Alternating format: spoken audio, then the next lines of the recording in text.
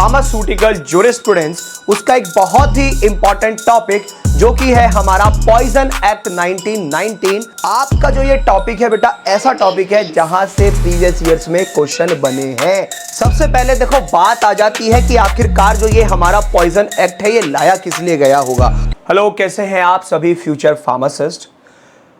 आप लोग HSC pharmacist exam की प्रिपरेशन कर रहे हैं तो ये हमारा जो थ्योरी क्लास नंबर आज 5 होने वाला है ये आप सभी के लिए काफ़ी हेल्पफुल होने वाला है। आपका एक सब्जेक्ट है फार्मास्यूटिकल जूरिस्प्रूडेंस, उसका एक बहुत ही इंपॉर्टेंट टॉपिक जो कि है हमारा पॉइजन एक्ट 1919, उसको आज हम डिस्कस करने वाले हैं। इस क्लास में हम हर एक एक पॉइंट को जो इस एक्ट के अंतर आता है उसे पूरा बारीकी से हम यहां पर आपको समझाने वाले हैं। साथ ही साथ ये क्लास आपका इंग्लिश के साथ साथ हिंदी में भी होने वाला है, बाइलिंगुअल क्लास होने वाला है। और आपका जो ये टॉपिक है बेटा ऐसा टॉपिक है जहां से प्रीवियस ईयर्स में क्वेश्चन बने हैं, चाहे आप चेक भी कर लेना। यहां से 1 से 2 सवाल आपको मिलते ही मिलते हैं और ये लगता तो बहुत कम है कि क्वेश्चन की स्ट्रेंथ बहुत कम है, लेकिन यही नंबर आपकी जो है वहां पर परफॉर्मेंस को बढ़ाते हैं, आपके नंबर को बढ़ाते हैं। इस चीज का ध्यान रखिएगा। तो चलिए शुरू करते हैं बिना किसी देरी के। आप लोग अगर चैनल पर नए हैं चैनल को सब्सक्राइब कर लेना। किसी भी प्रकार की लेटेस्ट अपडेट्स वीडियो लेक्चर के साथ पीडीएफ्स के लिए वो आप हमारा मोबाइल ऐप डाउनलोड करना मत भूलिएगा। Google play store, Apple app store दोनों पे अवेलेबल है, वहां से आप इसे डाउनलोड कर सकते हैं। हर प्रकार की लेटेस्ट अपडेट्स, क्लास पीडीएफ्स के लिए आप व्हाट्सएप और टेलीग्राम चैनल्स के माध्यम से जुड़ सकते हैं। चलिए तो शुरुआत करते हैं अपने लेक्चर की। सबसे पहले देखो बात आ जाती है कि आखिरकार जो ये हमारा पॉइजन एक्ट है ये लाया किस लिए गया होगा। पॉइजन से हमें एक चीज समझ आती है, एक चीज क्लियर होती है कि आखिरकार जहरीले पदार्थों की बात हो रही है, ऐसे सब्सटेंसेस की बात कर रहे हैं जो टॉक्सिक होंगे, जो हार्मफुल होंगे। अब गवर्नमेंट को ऐसा क्या लगा कि भैया इसके ऊपर कंट्रोल करना चाहिए, क्योंकि पॉइजन ऐसे सब्सटेंसेस हैं जिनकी वजह से उनका दुरुपयोग यानी कि मिसयूज करके काफी सारी चीजों को नुकसान पहुंचाया जा सकता है। अगर किसी ने गलती से इन जहर का, जहरी कहेंगे भाई, पॉइजन है, विषाक्तता फैलाएगा, हार्मफुल सब्सटेंसेस है ना, तो ये किसी की डेथ भी हो सकती है। किसी के ऊपर डल जाए तो भैया वहां से सीवियरिटी देखने को मिल सकती है, गंभीर कुछ दिक्कत हो सकती है शरीर पर, ठीक है, या कोई और अन्य गलत इस्तेमाल कर सकता है इनका, इन पदार्थों का, इन सब्सटेंसेस का। तो सरकार ने फिर ये पॉइजन एक्ट बनाया था जिससे कि स्ट्रिक्टली कंट्रोल किया जा सके, मतलब पूरी कठोरता के साथ नियम बनाए जाएंगे, कड़ाई के साथ पालन किया जाएगा। सरकार खुद से निगरानी करेगी हर एक चीज की, उसी के लिए इस एक्ट को लाया गया। तो ये जो एक्ट है हमारा पॉइजन एक्ट 1919 में पास किया गया था। सबसे पहली बार इसे 1904 में यानी कि 1904 में पास किया गया था। लेकिन उस वक्त जो नियम बने, उस वक्त जो रेगुलेशंस आए थे वो इतने सफिशिएंट, पर्याप्त नहीं थे, इतने सही नहीं थे कि हर तरीके से कड़ाई के साथ पालन किया जा सके। तो हुआ क्या, फिर यूनाइटेड प्रोविजंस जो थे, आज जो हमारा उत्तर प्रदेश के नाम से जाना जाता है, उस टाइम पर यह यूनाइटेड प्रोविजन के नाम से जाना जाता था। तो 1910 में भी और 1914 में भी उत्तर प्रदेश की जो सरकार थी उस वक्त, यूनाइटेड प्रोविजन जो गवर्नमेंट में थी उस वक्त, उन्होंने एक प्रपोजल दिया कि भैया हमें और स्ट्रिक्टली कंट्रोल करना चाहिए इन पॉइजन्स के ऊपर, अदरवाइज समस्याएं बहुत आगे जाकर के परेशानदायक हो सकती है, बहुत ही एक विचित्र स्थिति हमें देखने को मिल सकती है। तो उसी चीज को ध्यान में रखते हुए इस एक्ट को 1904 की जगह करके सीधा 1919 जो है इस एक्ट को पारित किया गया। ठीक है, अब जो ये डिसीजन था किसका, उत्तर प्रदेश गवर्नमेंट ने जो एक पर्टिकुलर अपना पॉइंट दिया, ये और सरकारों को भी अच्छा लगा कि भैया ठीक है, हर स्टेट अपने तरीके से कार्य करेगी और होना भी चाहिए, वरना काफी सारी परेशानी हो सकती है भाई, बात बात पे जो है पॉइजन का उपयोग हो सकता है, तो कंट्रोल होना चाहिए। तो भैया फिर इस एक्ट को 1904 की जगह रिप्लेस करके 1919 कर दिया गया।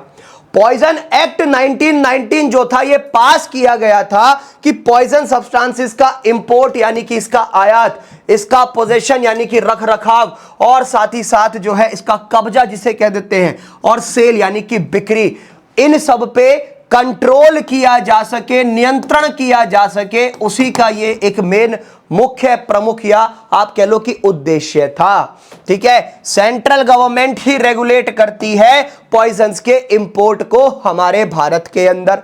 उसी के साथ साथ स्टेट गवर्नमेंट, राज्य सरकार जो होती है वो नियम बनाती है अपने अपने क्षेत्रों में पॉइजन्स को जो है बेसिकली पोजेस करने के लिए, और उनकी बिक्री से संबंधित जो भी नियम है वो हमारी स्टेट गवर्नमेंट बनाएगी। जो इंपोर्ट होगा पॉइजन्स का उसे रेगुलेट केंद्र सरकार करती है। अब आपको इस एक्ट के अंदर कुछ डेफिनेशंस का ध्यान रखना है, जैसे पॉइजन।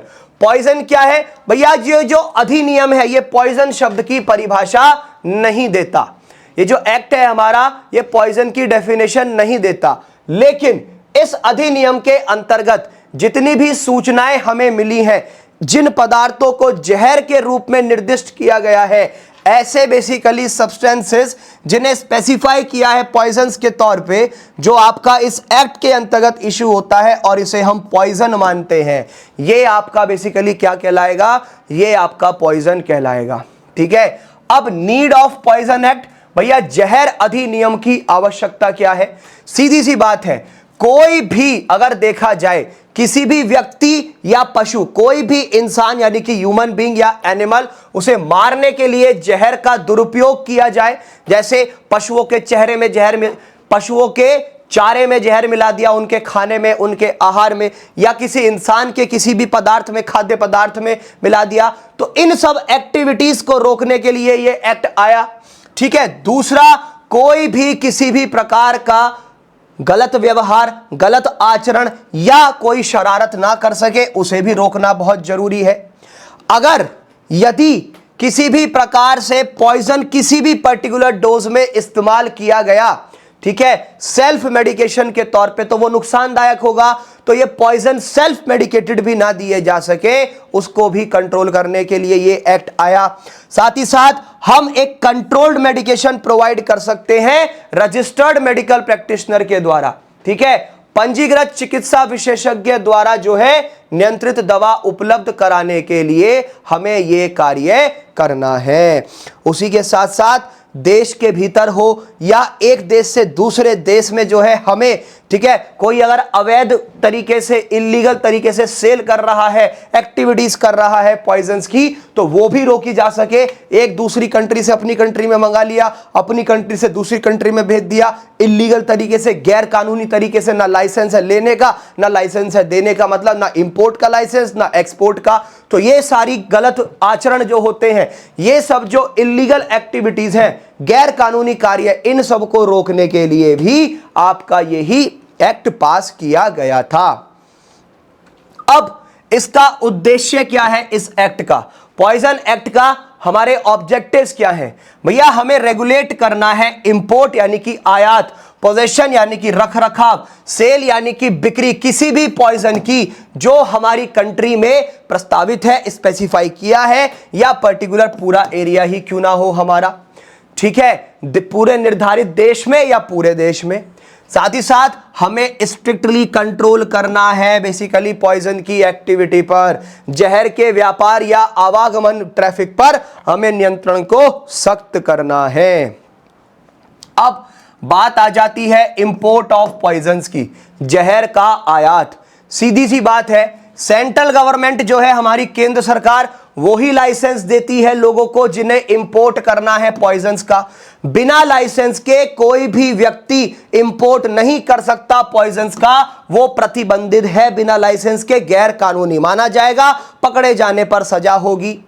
अब जिन पर्सन्स को, जिन लोगों को लाइसेंस प्राप्त हो जाता है इंपोर्ट का, पॉइजन को इंपोर्ट करने का, तो उन्हें सभी रूल्स एंड रेगुलेशंस, सारी कंडीशंस उन्हें फॉलो करनी होती हैं जो इस एक्ट के अंतर्गत हमारी दी गई हैं। उसी के साथ साथ जो पॉइजन है उसे इंपोर्ट किया जाता है, जहर का आयात निर्धारित कस्टम सीमाओं में से किसी एक के माध्यम से ही किया जाना चाहिए, इस चीज का भी आपको ध्यान रखना है।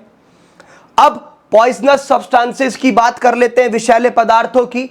तो भैया फर्स्ट शेड्यूल है हमारा, ठीक है, नियम 10 का पालन किया जाता है, रूल 10 का, और A to Z हमारे इसमें जो है लिस्ट दी गई है इसकी, यहां पर पूरे आ जाते हैं। जैसे अगर मैं कुछ पॉइजनस सब्सटेंसेस की लिस्ट बताता हूं आपको, जैसे पैरा अमीनो एजोबेंजीन हो गया, ऑर्थो अमीनो एजोटोलुइन हो गया, आपका एनिसिडीन है, क्लोरो एनिलीन है, 4 क्लोरो ऑर्थोटोलुइडीन है, ठीक है, 6 मिथॉक्सी मिथाइल टोलुइडीन है, आपका जो है 2 नैप्थलीमाइन है, आपका नाइट्रो ऑर्थोटोलुइडीन हो गया, ठीक है, टोलुइन डायामाइन हो गया, ऑर्थोटोलुइडीन हो गया, ठीक है जी, आपका 2,4,5 ट्राई मिथाइल एनिलीन हो गया, और आपका बेंजीडीन बेस्ड एजोडाई भी होती है, ठीक है। ये सब वो विषैले पदार्थ हैं आपके पॉइजनस सब्सटेंसेस जो आपके इसके अंतर्गत आते हैं। इस चीज का आपको ध्यान रखना है, इस चीज पर आपको फोकस्ड रहना पड़ेगा, ठीक है जी। आगे बढ़ जाते हैं। Possession and sale of poisons, विषों का कब्जा और एवं विक्रय। अब जो हमारी स्टेट गवर्नमेंट है वो ही नियम बनाती है, ठीक है, किस तरीके से रेगुलेट होना है, क्या क्या कंडीशंस है, क्या नहीं है, ये सब वो रेगुलेट किस चीज को करेगी, नियंत्रण किस चीज पे करेगी भैया, पॉइजन का रखरखाव यानी कि पोजेशन, उनकी बिक्री यानी कि उनका सेल, अब चाहे होलसेल थोक विक्रेता हो या रिटेलर्स हो खुदरा। साथ ही साथ अपने प्रशासन के अंतर्गत पूरे क्षेत्र में करना है या उसके किसी भाग में, यह भी जो है चॉइस किसकी है, स्टेट गवर्नमेंट की है। उसी के साथ ही स्थानीय क्षेत्र में किसी विशेष विष के कब्जों को नियंत्रित करने का जो अधिकार भी है, ठीक है, चाहे उसमें किसी ने हत्या करी, शरारत हुआ या पशुओं को जहर देने की घटनाएं अधिक होती हैं, तो इन सब पे भी कंट्रोल करने की रिस्पॉन्सिबिलिटी स्टेट गवर्नमेंट की है, वो एक्शन ले सकती है। अब जो रूल्स बनाए जाते हैं, नियम बनाने के लिए क्या है भैया, ग्रांट ऑफ लाइसेंस, मतलब लाइसेंस प्रदान करना। होलसेलर या रिटेलर है, मतलब होलसेल और रिटेल जो है किसी भी स्पेसिफाइड पॉइजन का लाइसेंस दिया जा सकता है नियमों के तहत। साथ ही साथ फिक्स भी फीस, जो फीस है वो भी फिक्स की जाती है, ठीक है, इन पर्टिकुलर लाइसेंसेस के लिए। व्यक्तियों की श्रेणियां, यहां पर क्लासेस भी हैं पर्सन्स की जिन्हें लाइसेंस मिलता है पोजेशन और सेल के लिए पॉइजन्स का, ठीक है, वो दिया जाता है, या किन श्रेणियों के लोगों को विष बेचा जा सकता है, ये भी तो बात है भैया, किस कैटेगरी के लोगों को पॉइजन दिया जा सकता है, इस चीज का ध्यान दे लेना। किसी भी फीमेल या किसी छोटे बच्चे को, ठीक है, कभी भी चले जाना कि गेहूं में जो है कीड़ा मारने की दवाई दे दो, सल्फास जो आता है वो नहीं दिया जाता। 18 साल से कम उम्र के बच्चे को नहीं देंगे, और जो फीमेल्स हैं उन्हें भी नहीं देते वो दुकानदार। साथ ही साथ कौन व्यक्ति कितनी मैक्सिमम क्वांटिटी में, ठीक है, पॉइजन को बेच सकता है, यह भी निर्धारित किया जाता है। अब जैसे कोडीन कफ प्रिपरेशन है तो 240 ml से ज्यादा की प्रिपरेशन नहीं होगी किसी भी इंडिविजुअल के लिए, और साथ ही साथ एक समय में एक से अधिक कोडीन तैयारी वितरित नहीं की जाएगी। कोडीन प्रिपरेशन एक समय पर एक से ज्यादा किसी को भी डिस्पेंस नहीं की जा सकती। अब जो मेंटेनेंस है रजिस्टर्स का, वो पॉइजन की सेल के लिए होना चाहिए, ठीक है, वो पर्सन जिनके पास जो लाइसेंस है, ठीक है, उन व्यक्तियों द्वारा जिनके पास इन्हें बेचने का लाइसेंस है, वो आपका बेसिकली यहां रहता है। अब ऐसे रजिस्टर्स का देखो पूरा परफॉर्मा है, यहां सीरियल नंबर आ जाएगा, लाइसेंस नंबर आ जाएगा, बिल डेट क्या है, किस दिन बिल बना, क्या अमाउंट है खरीद की, क्या अमाउंट है जो आपने बेचा है, बैलेंस स्टॉक हो गया कर कोई उस पर बैलेंस बचता है, सिग्नेचर खरीदार के, ठीक है, स्पेशल नोट होता है, किस पर्पज से लिया है वो मेंशन कर सकते हो, और उस खरीदार का एड्रेस। तो ये रिकॉर्ड आपको मेंटेन करना पड़ता है जो कि बेसिकली गवर्नमेंट के द्वारा निर्धारित है, ठीक है। आप अपनी HSC फार्मासिस्ट की प्रिपरेशन अच्छे से कर सकते हैं बेटा जी, उसके लिए हमारा HSC फार्मासिस्ट क्रैश कोर्स आ चुका है, जिसके अंतर्गत आपके recorded classes, subjected wise e notes, previous year papers, non pharma test series, pharma test series सब आपको मिलेगा। एडमिशन अभी हाल ही में ओपन हुए हैं, आप जुड़ सकते हैं इस नंबर के माध्यम से 6395596959 के माध्यम से, और अपनी प्रिपरेशन बढ़िया कर सकते हैं, बेहतरीन कर सकते हैं। साथ ही साथ अब आप HSC फार्मासिस्ट क्रैश कोर्स के साथ जुड़ कैसे सकते हैं ये आपको बता देता हूं। डाउनलोड कीजिएगा pharmacy India mobile app, Google play store या एप्पल ऐप स्टोर से स्टोर आइकन पे जाना, वहां सर्च करना HSC फार्मासिस्ट। वहां पर आपको जो है 2 बैच दिखेंगे, लाइव क्लासेस का भी है और रिकॉर्डेड का भी है। जोन सा भी आपको लेना है क्रैश कोर्स, आप जो है उसको सेलेक्ट कर लीजिएगा, बाय नाउ पे क्लिक कीजिएगा और आपका एनरोलमेंट सक्सेसफुल हो जाएगा जैसे ही आपका पेमेंट हो जाएगा। यहां पर लाइव रिकॉर्डेड और लाइव क्लासेस दोनों हैं। इसमें सब्जेक्ट वाइज ई नोट्स भी हैं, यहां previous year papers, test series, expert faculties आपको यहां मिलने वाली है और वैलिडिटी पूरे 1 साल तक इसकी रहने वाली है। कोई भी क्वेरी है, कैसे जुड़ना है, इस नंबर पे कॉल कर लेना 6395596959 पर, आपकी समस्या का निवारण हो जाएगा। अब यहां पर रूल्स बनाए जाते हैं सेफ कस्टडी के लिए आपकी पॉइजन्स की, और साथ ही साथ जो हमें वेसल्स की लेवलिंग करनी होती है या कवरिंग करनी होती है, जहां पर पॉइजन्स को हमने स्टोर किया है, ठीक है, जहां पर हमने पॉइजन्स को स्टोर किया है या जो वे बेसिकली बेचे जाते हैं उनका लेबलिंग करना, ठीक है। अब जो इंस्पेक्शन किया जाता है उन पर्संस के द्वारा स्टेट गवर्नमेंट की बिहाफ पे राज्य सरकार की ओर से अधिकृत व्यक्तियों द्वारा निरीक्षण किया जाता है कि भैया जो आपके पॉइजन्स हैं और जो उनकी बिक्री से संबंधित रखे गए अभिलेख हैं, जो भी डॉक्यूमेंटेशन रिकॉर्ड मेंटेन किए गए हैं, उन सब की जांच करने के लिए अधिकृत अधिकारी आते हैं। अब बात है पोजेशन और स्टोरेज ऑफ पॉइजन्स की। अब देखो, लीक प्रूफ कंटेनर्स होने चाहिए और आसानी से पहचाने जा सके, ठीक है, अगर कोई दूसरा व्यक्ति टच करता है आसानी से अलग पहचाने जा सके, ऐसा आपको रखना पड़ेगा। अब अगर मैं रिटेल शॉप और प्रीमाइसेस की बात करूं तो भैया अलग अलमारी या दराज आपकी होनी चाहिए इन्हें स्टोर करने की, ठीक है। अब जो आपका परिसर है उसमें एक सेपरेट पार्टीशन होना चाहिए और कोई भी व्यक्ति, कोई भी पर्सन वहां उस जगह पर एंटर ना कर सके। शेल्फ जो है आपकी केवल सिर्फ और सिर्फ पॉइजन्स के लिए होनी चाहिए, कोई खाद्य पदार्थ वहां पर डायरेक्टली उस शेल्फ पर अलमीरा के अंदर आप नहीं रखेंगे, अदरवाइज हानि बहुत तकड़ी हो सकती है। अब अगर मैं इंस्टीट्यूशंस की बात करूं, संस्थान की, तो वहां पर भी अलग अलमारी या दराज होना चाहिए, ठीक है। परिसर अलग विभाजन, परिसर के अंदर अलग विभाजन होना चाहिए, किसी ग्राहक को प्रवेश की अनुमति ना हो। जो इंचार्ज पर्सन है वो अपॉइंट किया जाएगा गवर्निंग बॉडी या पर्सन के द्वारा जो इंचार्ज है उस इंस्टीट्यूशन का। पॉइजन्स जो मेंशन किए गए हैं फर्स्ट शेड्यूल में, वो आप लॉक एंड की मेथड में रखेंगे एक शेल्फ में सोलली, जहां सिर्फ और सिर्फ उन्हें रिजर्व करके रखा गया है पर्पस के तहत, और कंटेनर्स आपके डिस्टिंग्विशेबल होने चाहिए, दूसरों से अलग हो, पहचान में आ सके। शेल्फ की बात करें, वहां आप इसे सिर्फ और सिर्फ पॉइजन को रखेंगे, कोई खाद्य पदार्थ नहीं होना चाहिए।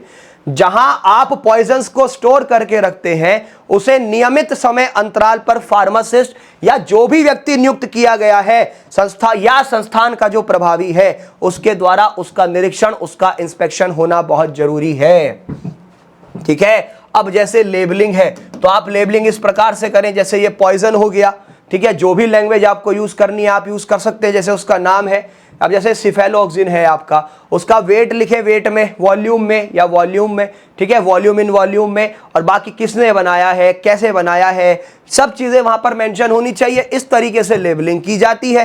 पॉइजन है तो रेड मार्क जरूर होगा, ये लेबल जरूर होगा। अगर पॉइजन को पैक किया है एक एम्प्यूल में या कैशे में या सिमिलर आर्टिकल्स में तो वहां पर उसको लेबल करने की जरूरत नहीं होती है, यदि बॉक्स या बाहरी आवरण सही तरीके से लेबल किया गया है।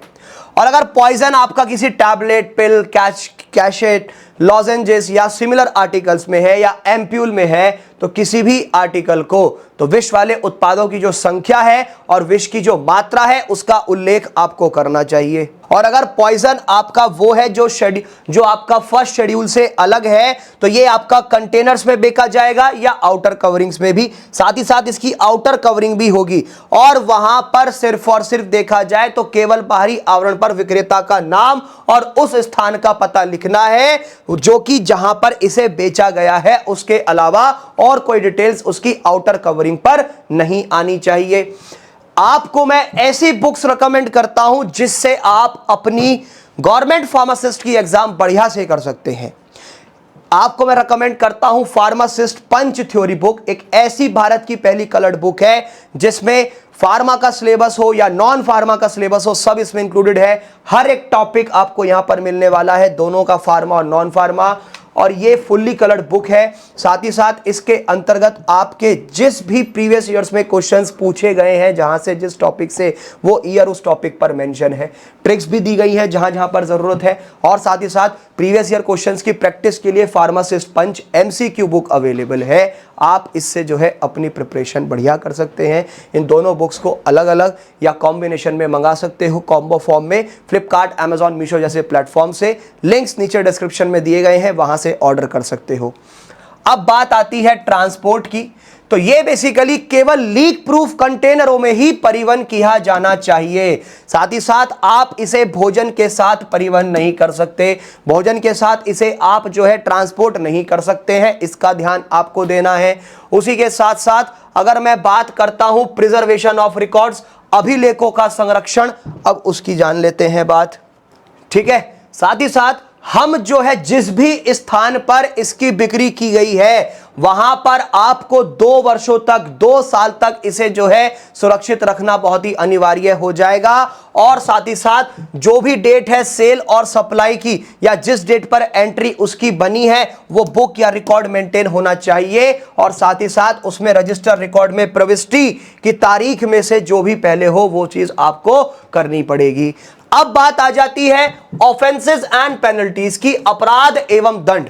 अब अगर यदि किसी व्यक्ति के द्वारा इंपोर्ट या पोजेशन किया गया या सेल की गई किसी भी पॉइजन की जो एक्ट में मेंशन ही नहीं है, तो सबसे पहली बार पकड़े जाने पर 3 महीने तक की जेल, 500 रुपए तक का जुर्माना या फिर दोनों। और दूसरी बार पकड़े जाने पर 6 महीने तक की जेल, 1000 रुपए तक का जुर्माना या फिर दोनों। साथ ही साथ अगर किसी ने पॉइजन का पोजेशन किया, रख रखाव किया, उसका जो राज्य सरकार के द्वारा प्रतिबंधित है, पहली बार पकड़े जाने पर 3 महीने तक की सजा, 500 रुपए तक का जुर्माना या फिर दोनों। दूसरी बार पकड़े जाने पर 6 महीने तक की सजा और 1000 रुपए तक का जुर्माना या फिर दोनों। वहीं पर अब जो है वारंट कौन जारी करता है, वारंट जारी कौन करेगा, वारंट कौन इशू करेगा? सबसे पहला है वारंटी जो इशू किया जाएगा डिस्ट्रिक्ट मजिस्ट्रेट के द्वारा, SDM के द्वारा या कमिश्नर ऑफ पुलिस के द्वारा वारंट इशू किया जाता है। और जिस व्यक्ति को वारंट जारी किया जाएगा, उसे वारंट के अनुसार उस स्थान में प्रवेश करने और तलाशी लेने का अधिकार प्राप्त होता है। यह था हमारा आज का पूरा लेक्चर, पूरा क्लास नंबर 5 आपका, जिसके तहत आप अपनी प्रिपरेशन अच्छे से कर सकते हैं। ये थी HSC फार्मासिस्ट के प्रिपरेशन के लिए हमारी पॉइजन एक्ट 1919 की फार्मास्यूटिकल जूरिस्प्रूडेंस की क्लास। आई होप सारी चीज़ें क्रिस्टल क्लियर हुई होंगी, सारी चीज़ें अच्छे से समझ आई होंगी। आप HSC फार्मासिस्ट की प्रिपरेशन अच्छे से कर सकते हैं, जो एक बैच के साथ जुड़ सकते हैं जिसमें रिकॉर्डेड क्लासेस आपको subject wise e notes, previous year papers, non pharma test series, pharma test series, सब आपको यहां पर मिलेगा। लाइव क्लासेस अभी आपकी जो है बेसिकली 25 मई 2026 से शुरू होने जा रही हैं, जिसके तहत आप अपनी प्रिपरेशन अच्छे से कर सकते हैं, तैयारी बढ़िया से कर सकते हैं। जुड़ कैसे सकते हैं? आप जो है इस नंबर पे 6395595699 पर जाकर कॉल कर लीजिए, उसके माध्यम से जुड़ जाएंगे। आपको मैं रिकमेंड कर ही चुका हूं pharmacist punch theory book and pharmacist punch MCQ book. इन बुक्स के माध्यम से अपनी प्रिपरेशन बढ़िया कर सकते हैं, कैश ऑन डिलीवरी के साथ मंगा सकते हैं। लिंक्स नीचे डिस्क्रिप्शन में आपको दिए गए हैं, वहां से ऑर्डर कर सकते हैं। और भी लेटेस्ट अपडेट्स, क्लास की PDF वीडियो लेक्चर्स के लिए, प्रीवियस लेक्चर्स की PDF मिस हो गई है वो उसके लिए pharmacy India mobile app download कर लीजिएगा, वहां पर आपको मिल जाएंगी। हर प्रकार की लेटेस्ट अपडेट्स के लिए, जॉब अपडेट्स के लिए, प्रीवियस ईयर पेपर्स के लिए, करंट अफेयर्स के लिए आप pharmacyindia.co.in इस वेबसाइट को फॉलो कर सकते हैं। हमारी ऑफिशियल वेबसाइट है जहां से सारी जानकारी आपको प्राप्त होंगी। और भी लेटेस्ट अपडेट्स के लिए व्हाट्सएप, टेलीग्राम चैनल्स के थ्रू जुड़ना ना भूलें, लिंक्स नीचे डिस्क्रिप्शन में दिए गए हैं। मिलेंगे नेक्स्ट अपडेट में, तब तक के लिए नेक्स्ट लेक्चर में, तब तक के लिए जय हिंद, जय श्री राम, राधे राधे।